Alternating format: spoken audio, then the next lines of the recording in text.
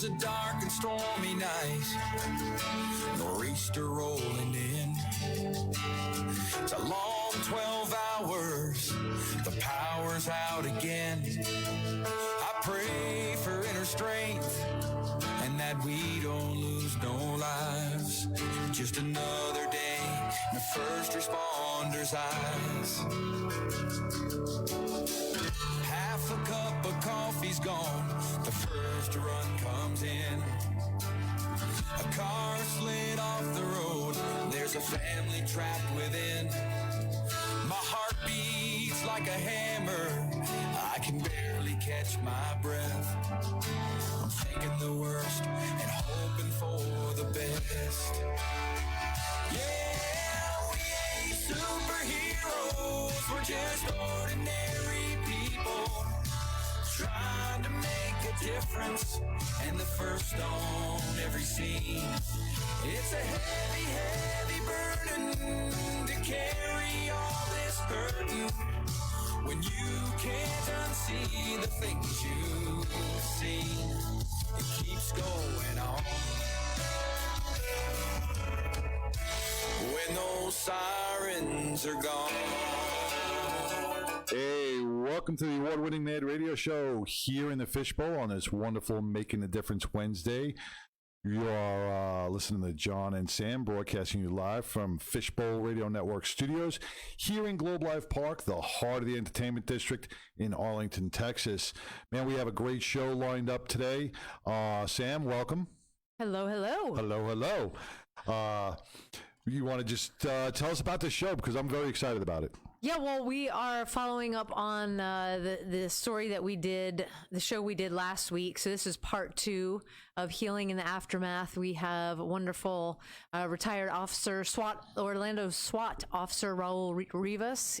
He was there. His team took out the gunman at the Pulse Nightclub Shooting. So for all of you that were on the edge of your seats, literally, John had chills. I was watching him shiver from my shivered seat. all my hair out. I know, and now you have no hair. You're looking at me a little strange. You're like, wow. You look different. Who is that guy over there? And so he's going to be back with us because we're going to transition into picking up in the healing process. Right. And then we have, to my left, wonderful guest from Blues Police magazine. That's correct. Totally blown away. This magazine has been around for 36 years. Yeah, started when I was 12. Mike, and Mike Barron, retired Harris County. Well, I worked for Harris County and Galveston County Sheriff's Department. So started when I was with Harris County and then moved to Galveston and was there another 10 years. Wow. So a lot of law enforcement time. 27 years altogether. Yeah.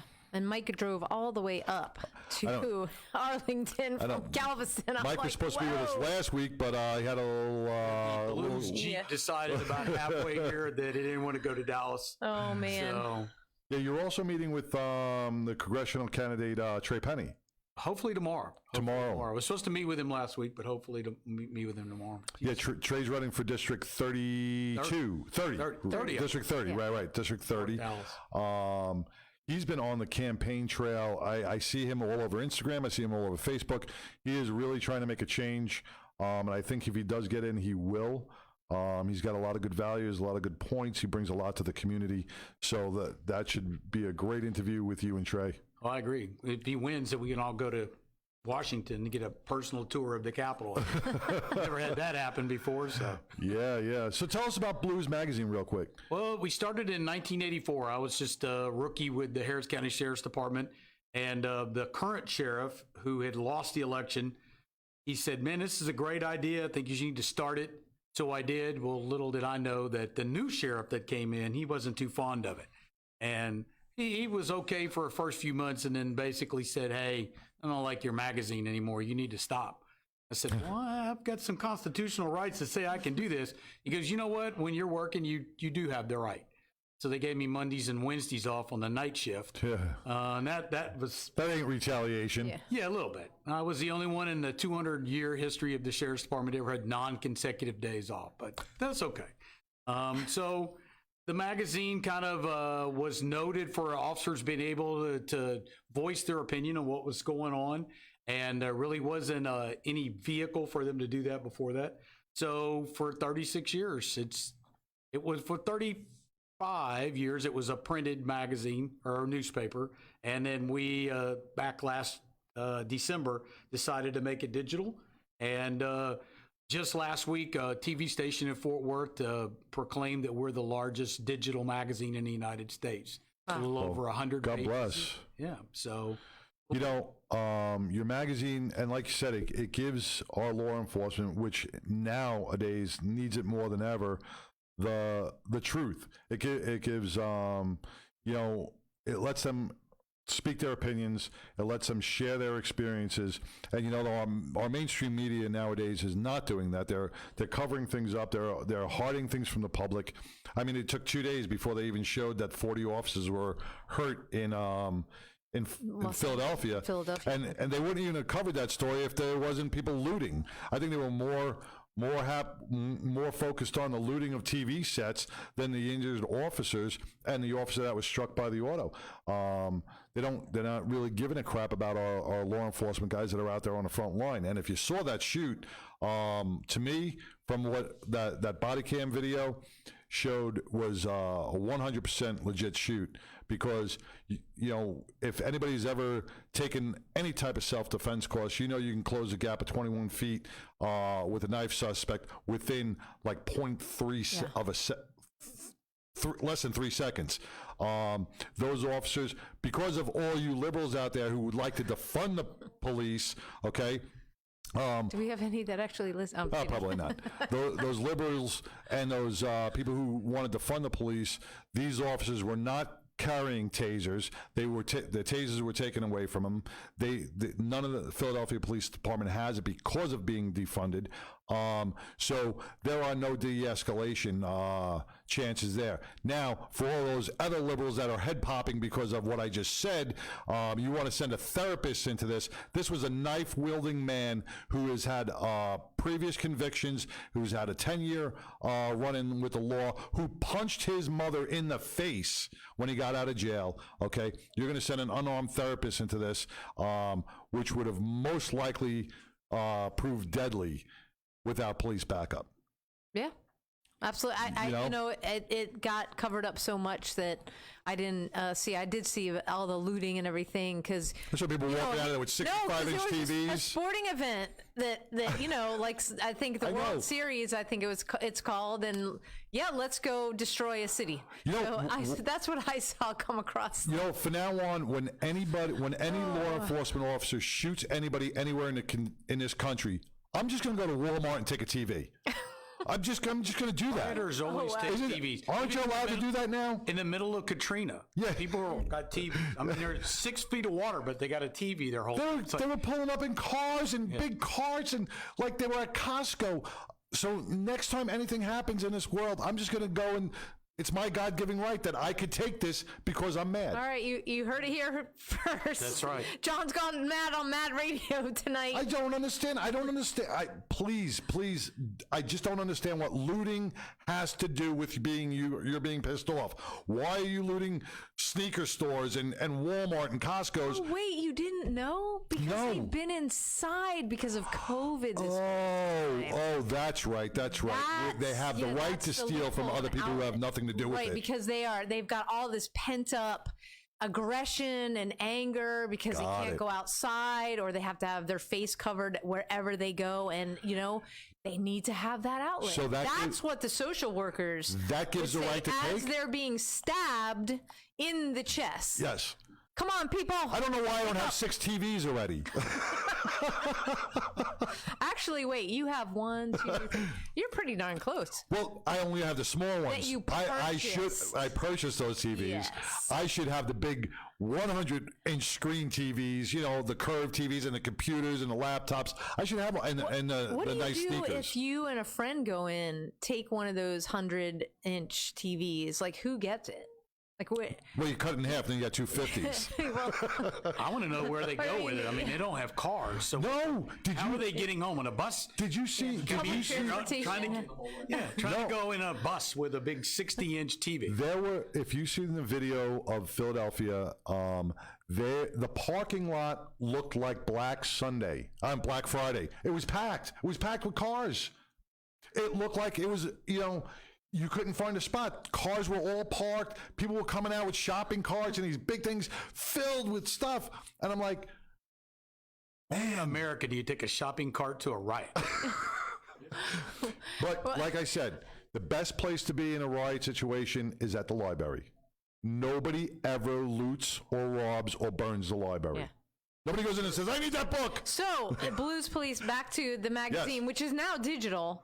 Yes. So, what kind of things do you reach out to the police community and ask for folks to write articles? Do people present you with, kind of cool info and you run with it? How does it work? A lot of people say, well, do you have a dedicated what each issue is going to be? Pretty much it comes together the last week of the month.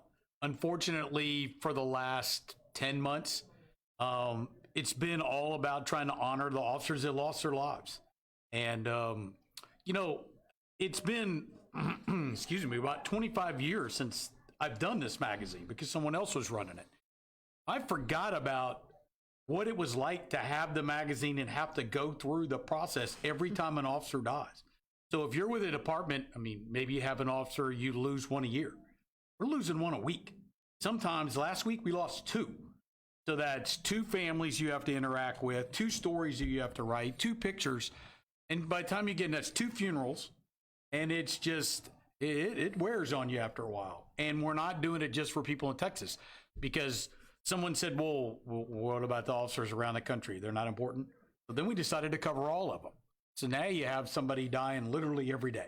Yeah. So you have a staff that helps you collect all this, and we have a couple people. Yeah. For the most part, it falls on me to contact the family, and you've got to be sensitive to their needs. Sure. Because they're trying to bury their loved one, but at the same time, we've got a deadline, and they feel like, well, you don't want them to feel like, hey, I got left out of this. Mm-hmm. And we already had the magazine cover done for November, and it was for the arson officer that lost his life.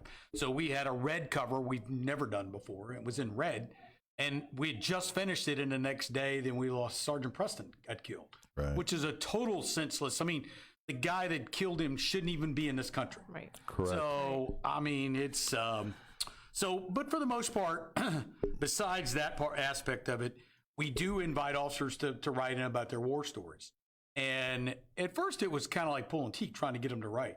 Now, my God, it's just like, you have this mountain and you're trying to decide what you're going to print. Mm-hmm. But the good thing with digital is you can print as much as you want. You're not wasting ink. Right. Yeah. Yeah. There's no press. We started it in 84. We were limited to how many pages we could do based on the advertising. Mm-hmm. This last issue, I think, was 108 pages. Wow. So it doesn't matter. You just put in as much as you want. You brought up a good point about cops sharing their war stories. Now, that is basically what me and Sam have preached for the longest time. It's very important to share your war story, and it's not to boost yourself up or pat yourself on the back. Believe it or not, that is a healing process that goes so deep within inside you that you don't even realize. The more times you share that story, the more you're letting it out, the less power that trauma has over you. Yep. And we've talked to Raul many times, and he says each time he shares the Pulse Nightclub shooting, be it with us or friends or in an auditorium in front of new cadets or at a convention, each time he does that, the power of that trauma gets taken away a little bit more, and he heals just that. He gets one more step to healing. And I think that's very powerful for officers to do. Though, like you said, some are a little reluctant. Now, you don't have to go into the graphic detail, but to share your experiences is very...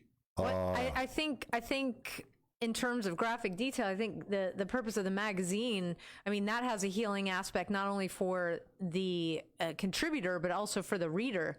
So I'd be like, bring it. I want to know all the we don't the gory details. Yeah, because the publication's read mostly by law enforcement personnel, correct? For the most part, I'd say probably about 90%. Yeah. We don't really edit it that much as far as language and the graphics. My editor. All right, Raul's going to be happy with that. That's right. My editor's Just a kidding. school teacher, and she's like, "You really can say all these words in there?" Yes. Yes. We're not limited to what we see. He goes, okay. Now, are there any sections in there that relate to family, to law enforcement family? Well, so this last issue, we just started one where officers' families or families of people that have lost a loved one, they're now able to, they have their own section. So last month, a mom wrote the whole story about how she lost her son and what the healing process was. So every month now, they've got unlimited space that they can write in and really just tell what it was like to lose them, who they were, and not so much about the actual event itself, but more about what they were, what kind of father they were, what kind of a husband they were. Just really more of a healing process for them to be able to say, because when you read about it in the newspaper, just find out what the guy did. You don't find out what the impact was on his family. Well, that's what we've and we learned this through Trauma Behind the Badge, and which is one of Raul's webinars that him and a few other guys put out, is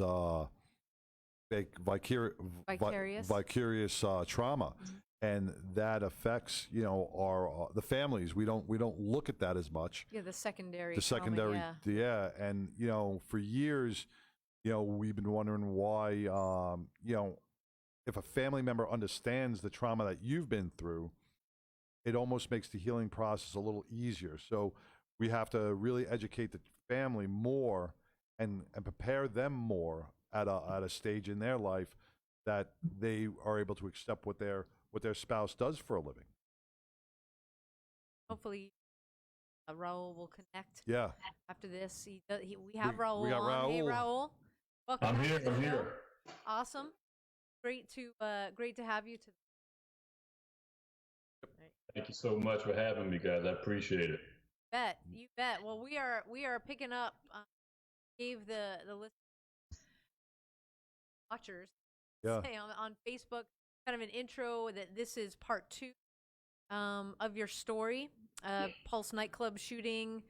You are on the SWAT team. This, for those of you who don't know, in Orlando, Florida, and so we're gonna pick up where we left off, which was at a critical. You made a couple of critical observations as we were talking about your leadership in the police department, specifically your lieutenant. You guys were called in to debrief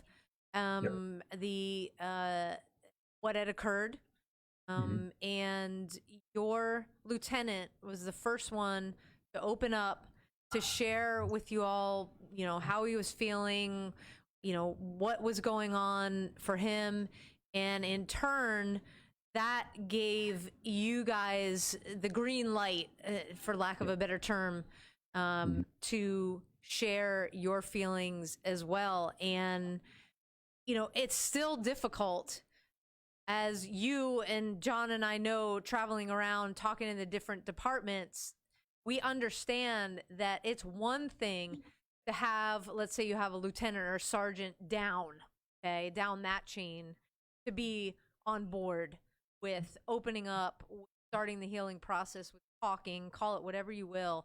But if you don't have that support from the top, if you don't have the police chief that has buy-in, it's kind of thwarted there. It's open to talk about, but it's not in terms of resources and going above and beyond. So let's pick up at your debrief. Yeah, and you make some great points there, Sam. So I'll just kind of go back a little bit. They say, hey, we're going to do a debrief, and it's going to be at said location at said time.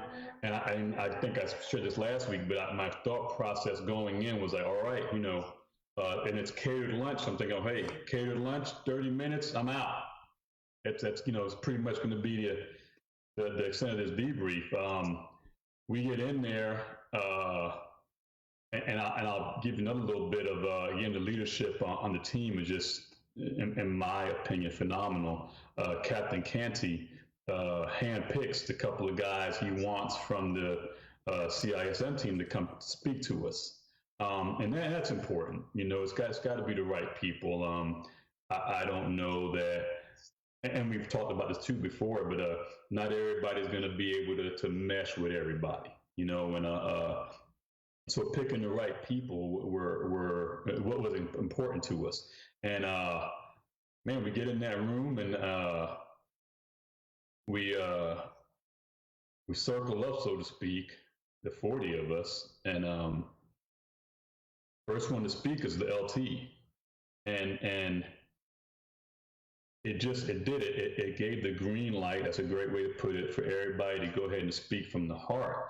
And 4 hours later, what I thought was going to be a 30-minute meeting turned to 4 hours. And the education I got in that meeting, of course, the things that I was feeling that I may not have talked about, all of it came, well, let's say a lot of things came out. I didn't know that people that were not even there happened to be on vacation during the incident. They were hurting as much as we were about stuff. Just not being there was and having to listen and hear about what was going on and not being there with your brothers. It was that's a whole different thing. I never even thought about that. You talk about survivor guilt, right? Yes. We all talk about survivor guilt. But I didn't know what that was back then, John. That's what I'm saying. So it was new to me. I was like, what is that? So go ahead. Yeah. But what you're touching on is a whole nother type of guilt, not being able to be with your brothers, like you said. That weighs way heavy on you as well. Yeah. It was, and I'm sorry, guys. I'm going to thank you for having me again, John. I didn't say hi to you, man. How you doing? No, you're good. You like my bald head. I know you commented on my bald head. I wasn't sure that was you. I was like, hey, right? Hey, I like it, man. I like it. I'm kind of digging it. It makes the shower so much easier, and I can throw out my hair gel. There you go. I like it. I'm sorry we got off topic there, Sam. I'm sorry. No, we always gotta throw a little levity, a little comedy into it, because this is a serious thing. And Raul, one thing that really touched me about your story, and I don't really want to bring this off topic, but everybody talks about the death of all the people in the nightclub and everybody being shot. You focused on a different thing on that dance floor besides the people killed. Yeah. So and I think all of us, we've seen dead bodies, and now this of course was different because it was so many of them, and I remember thinking about that. Of course, it's not a war zone. This is right here in the U.S. So right there in Orlando, in the little old Orlando, Florida. But what more stuck out to me was the phones lighting up. Because that just brings me to that's somebody's mom calling, somebody's sister, a cousin, uncle, aunt, mom, again, mom, or whatever, and they were all trying to get in touch with the people at the club, and those phones were everywhere. It just that is one of those things that I didn't know at the time. It just kind of stuck with me. I didn't know that was come to find out again, talking about years later, that's kind of a common deal at these mass incidents, that those phones, and especially the iPhone deal with the whole lights and everything, the way they kind of light up, it just kind of now when iPhones ring, that flash bulb kind of lights up. Yep. That kind of gets to me a little bit. So yeah, it's one of those things I focused on when I went on and looked at the dance floor. It kind of brings it to a reality, so to speak. And when, I don't know, Sam, about you, but like when we were at 9/11, going through the pile, it wasn't so much the bodies that we seen, but the ID tags, that's what affected me a lot, was the handwritten notes from the people's desks, the personal items that you seen laying around, because it really put, I found an ID tag and it was like, wow, this belonged to somebody in this building, and it kind of puts more into perspective, and it puts you into a whole different spot, because we're all used to seeing dead bodies, but it's when that personalization comes into play where we start feeling the heat. And I'll tell you one more thing, and I just thought about this, but the guys before I got there, patrol officers were going in there. I'm not sure if I mentioned this last time, but they were actually going in there and looking for any signs of life within the club amongst those dead bodies. I mean, so, basically, hey, I think I saw that person over there twitch. Let's go check him. See if he's alive. Trying to do like a triage. Trying to do a triage while they're in the club, while this thing is still going. The bad guy's back in the bathroom now. I mean, we know we got him kind of cornered off in the back of the club, if you will, but it's still very much, going on. He's barricaded now, and they're trying to go in there, guns drawn, and just doing everything they can to just find one more live person. I can't, and those people, those patrol officers, I mean, I can't tell you how proud I am of them and just carrying on through that mission, and what must go through their heads of milling through dead bodies. Now, when you guys had your debriefing, right? Did they pull in everybody that was in and out, who went inside and who was part of the whole? Part of the whole event or incident, or did they just use a SWAT team and special groups? Right. So the SWAT team, we did our own debrief. It was separate from the rest of the department. The department did a huge one, and everybody went to that one. And the SWAT team did their own, debrief of what happened with our part of the whole incident. So so everybody was able to partake at some point in a debrief. Now, with the debrief, here's another thing that sparks my memory back to last week's conversation. You had that one debrief. Did you have any more debriefs after that? No, we did one, and that's all we did as far as a big debrief. I'm sorry, back up. We did one formal one for the SWAT team. That's the one I'm talking about, that we, with 40 guys got in a circle. We did as a team go back and debrief as a team, and that was more of a tactical type deal, that, more than just, right. How you feeling. Now, with the debrief, how long after the incident was the debrief? Shoot. I mean, it don't have to be days or weeks. No, it was a few days. It wasn't long. It wasn't long at all. Maybe a week at the top, at the most. And what gets me is, you turned around to me. You said last week that your symptoms for post-traumatic stress didn't hit you till almost a year and a half later.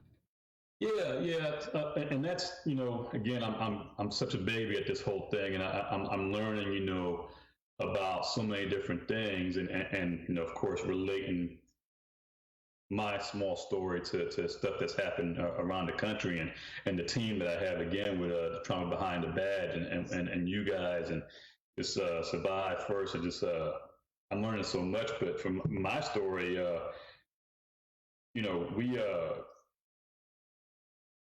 we're of course mandated to go see the doc, so you got to go see the doc, and that's the EAP deal, and that's great that we got to go do that. But my first interaction with the EAP doc was like, this is crap. Sam loves those What a EAP surprise. doctors, Yeah. don't you? Sam, you love those EAP doctors, yeah. right? I got a real I'm heart for like, 'em. this is just crap. I mean, before my second word, you're telling me that I'm cuckoo in the head, and just because nobody can see or do that and not be okay, and I'm not. I was pretty open to, hey, just going through the process, but there's no way you can tell me in I say 2 words and you make a diagnosis that quick. It's just it's impossible to me. And are you listening to me?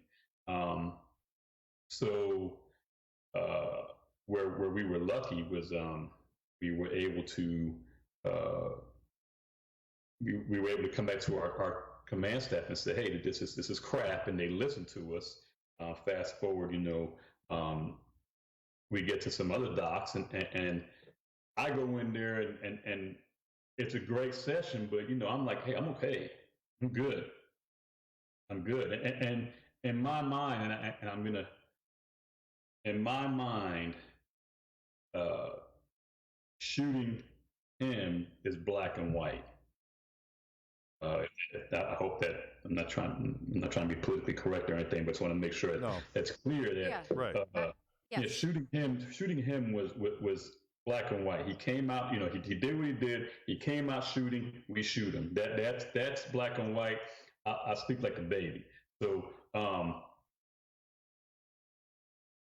the other stuff I didn't know was kind of in my trash can, filling up my trash can. So or the wheelbarrow or whatever words people like to use now. But my trash can was getting full. So then it wasn't until 6 months later, we have a lieutenant that gets shot and killed by a murder suspect here in Orlando.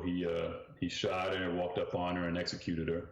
So it's a line of duty deal, and I'm under Marshall's task force at the time, so we're tasked with finding this guy, and the manhunt was on.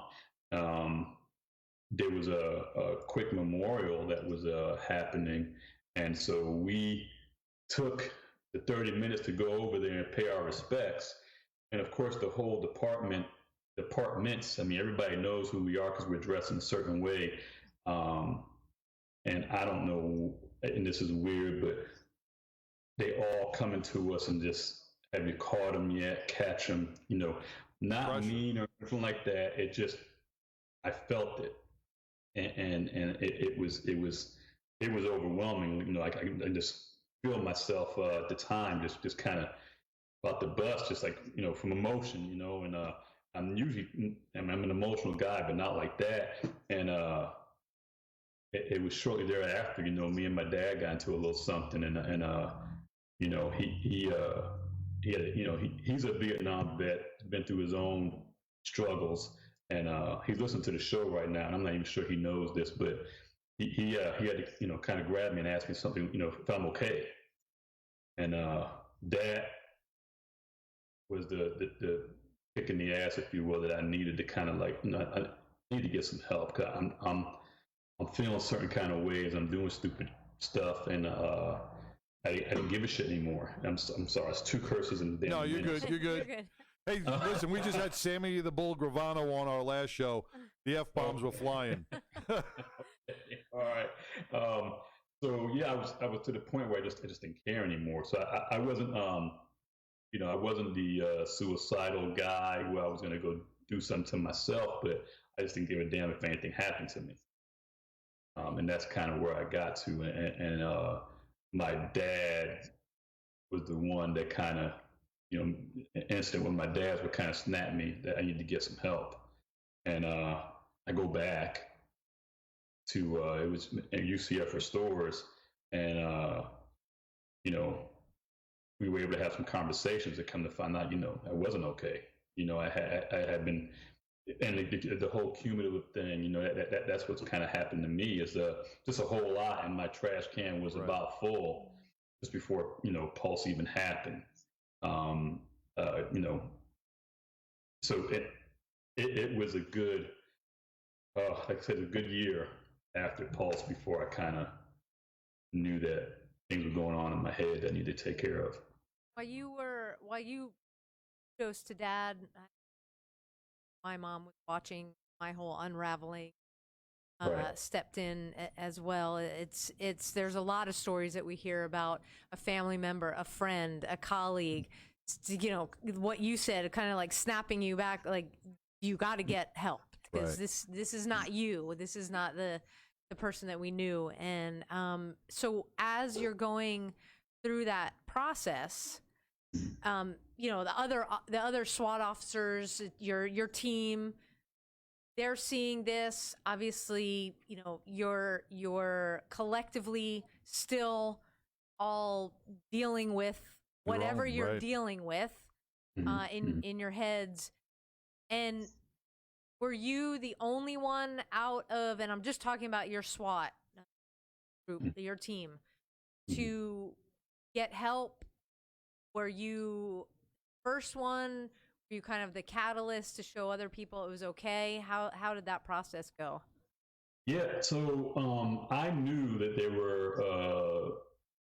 there was some team members getting help.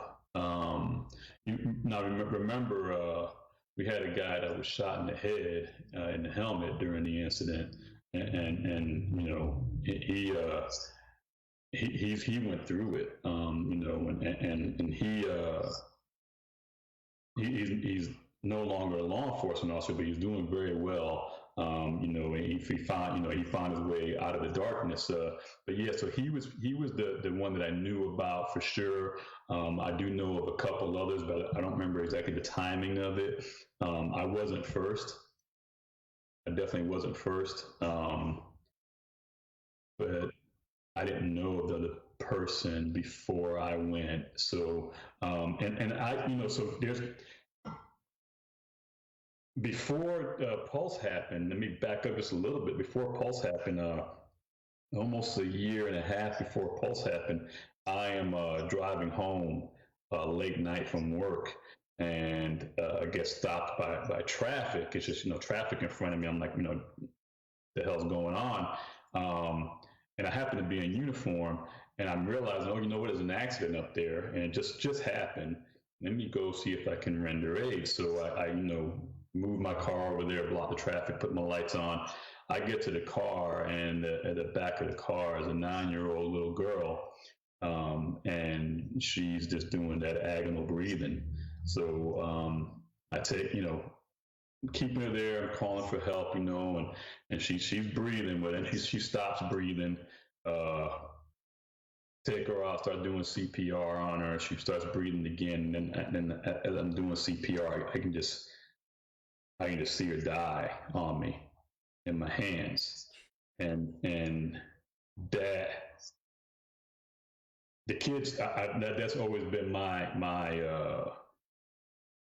I guess weakness, is that a right word to say? I'm not sure if that's the right word to say. But no, it's there is no wrong word. Yeah. So and thank you, John. But yeah, so that's the first time in my career that I called my mom at 3:30, 4 o'clock in the morning and asked her to say a prayer. This little girl, you know, she died in my arms. You know, you continue doing the CPR, but I could just see, you know, that she was gone. And then the trooper showed up, and he took over FHP, and then the helicopter landed, you know, and we excuse me, he took over CPR, excuse me, and a helicopter landed, and you know, we put her in the helicopter. But that just, in my mind, I had dealt with it. You know, it was done. Did all I could do, and I called my mom. That's the first time I've ever done that. I didn't realize the significance of it until you're talking 2.5 years later. You know, that those kind of things are what kind of started building up, and that's when I kind of started getting angry and not caring so much. But see, this is where the problem lies. You just did CPR on a 9-year-old girl who was involved in a traffic accident. You're on your way home, right? So this girl dies in your arms. You pass her off to a trooper, right? And then it's back business is normal. Get in your car and go home. Yeah. Right. And then the trauma gets buried. So it's back in your car, and it's like nothing ever happened. A life was lost, and you tried to save it. And this is where we have an issue with not taking care of our heroes and not healing our heroes. Real quick, Raul, I want to introduce you to our studio guest. Is Mike Barron. He is the CEO and founder of Blues Law Enforcement Magazine, and he brought up a point where he has in the magazine war stories that cops from all over the country write in, and they discuss their war stories. And I was telling him about trauma behind the badge. Every time you tell your story, do you feel like you heal a little bit more because you're releasing it? Yeah, I call it therapy. I'm kind of worried now a little bit because I've told the story a couple times, and it's therapy for me. It gets maybe a little bit easier each time. I do feel like I'm giving up myself when I do tell the story. I'm a big proponent of talking about these things. I just think it helps. It helps me. That's one of my ways. I'm not sure it's the way, but it does help me. There is no the way. Right. You said, there's no word, and there's no the way, because everybody's trauma is different, and everybody's healing path is different. It's individualized. Yeah. Well, I think the biggest thing trying to change that communication has to go on the debrief. Yes. That's where departments are still, still losing folks. Have this traumatic incident, like Pulse. We have 9/11.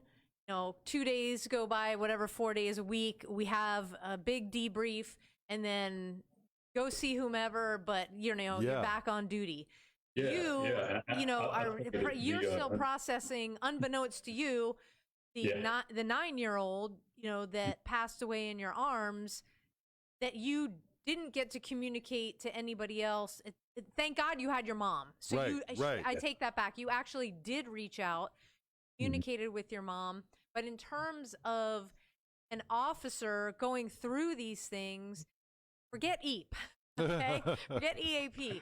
To be able to, whether it's peer support, whether it's a different internal program, whether it's and Raul, you know this from working with Trauma Behind the Badge, from everything that we do, that the lifeblood in your healing is being surrounded by a social group, A, that gets you, and B, that's going to have your back and be your safety net no matter what. And we're not there yet, and it's frustrating. Well, Mike, let me just ask you a question.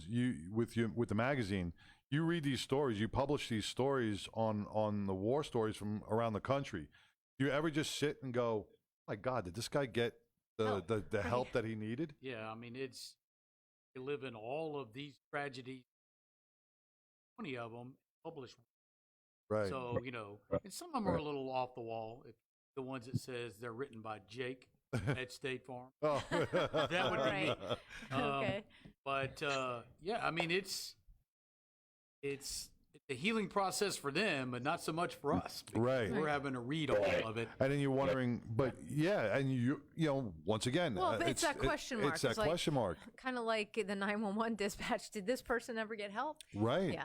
Right. And this goes on. I mean, there's so many things. I mean, Sam, you made me think about something. So after doing the EAP thing, one of the things that I've never was prepared for was how to come tell my then 15-year-old son, hey, your dad was just involved in one of the biggest mass shootings, in the nation. And I saw some gruesome stuff, and the news made me come in here to talk to you. No comment, on that kind. I've never thought about having that conversation with him.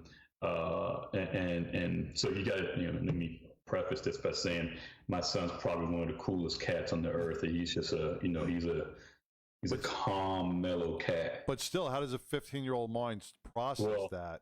And the second part of that story is, lo and behold, a white vehicle. Don't know if it was the press or not, but it reminded him of the press.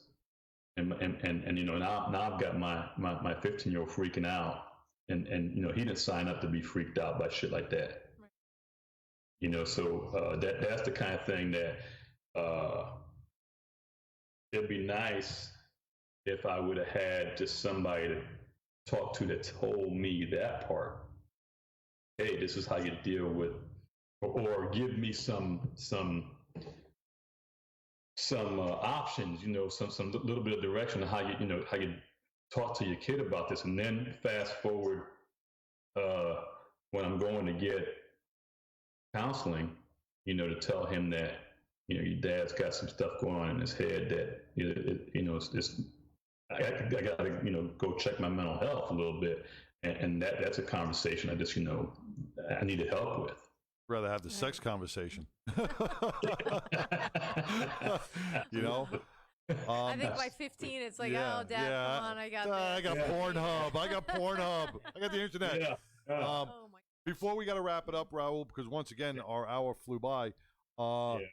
Trauma Behind the Badge, very therapeutic. I watch it and I log in almost every week, and I find it very therapeutic because collectively you guys are such a great team, and you bring so much to the table on the parking lot talks that it heals each individual and the topics that you cover. So I want to thank you and Trauma Behind the Badge for everything you guys do in the healing process. What would you suggest to an officer that is on the street today who has gotten involved in either a shooting or just doing CPR on a child? What would you suggest to them to do?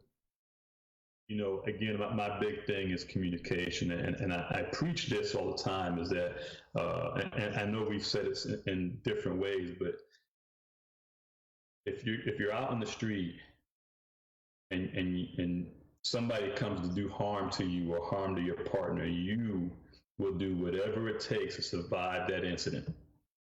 You would do whatever it takes to survive that incident. So let's take that same relentlessness and make sure that our mental health is taken care of as well. Amen. So if we can, we won't give up if somebody's trying to do physical harm to us. So let's not give up and make sure that we take care of our mental health. Right. Today is not the day to give up. Yeah. That's very powerful, Raul. Thank you for that message. Thank you.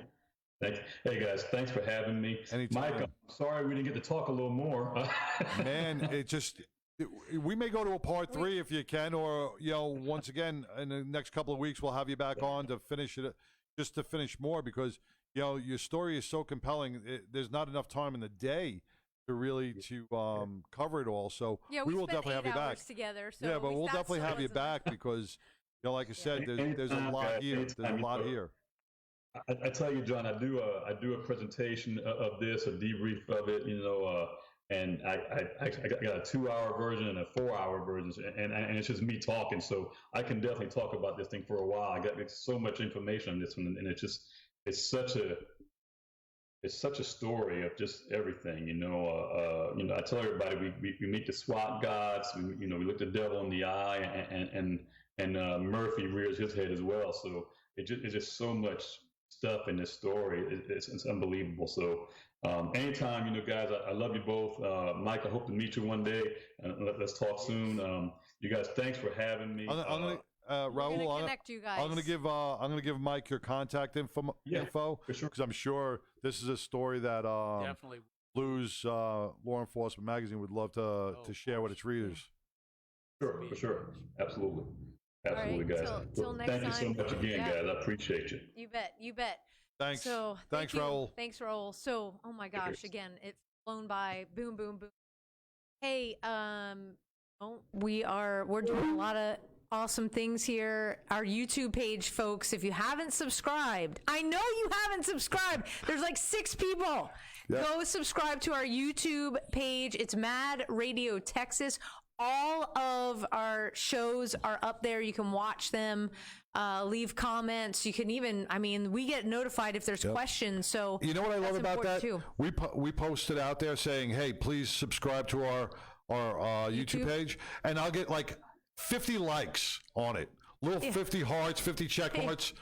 But no one subscribed. Subscribe, people. Subscribe to our YouTube channel, and we're going to be making some changes. Yeah, we're going to start going on to YouTube. And we're going to broadcast to YouTube. And guess what's on our Facebook page now, people? All the books that we have talked about on the show. I figured out how to do it. Excellent. So if you want to pick up my book to support the show, Tegan's book, Savannah's book, Travis's book, go on to our Facebook page right where you're watching the show. After we're done, scroll up or down, depending on what device you're using. You'll see all the books on there.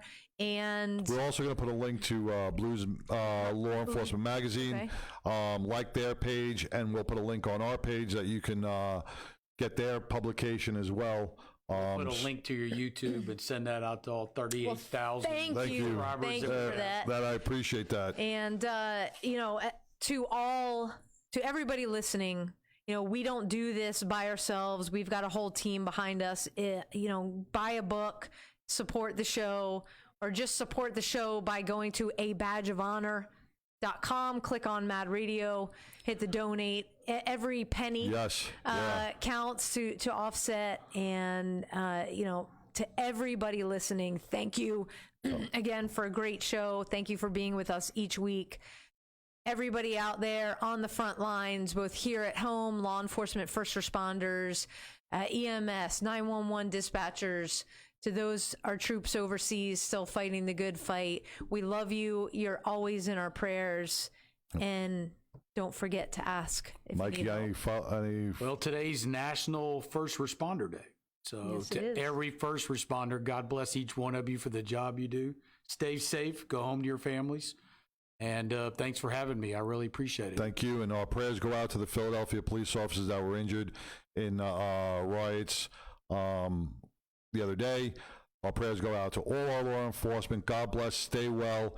And remember, today is not the day to give up. Until next week, me and Sam are out.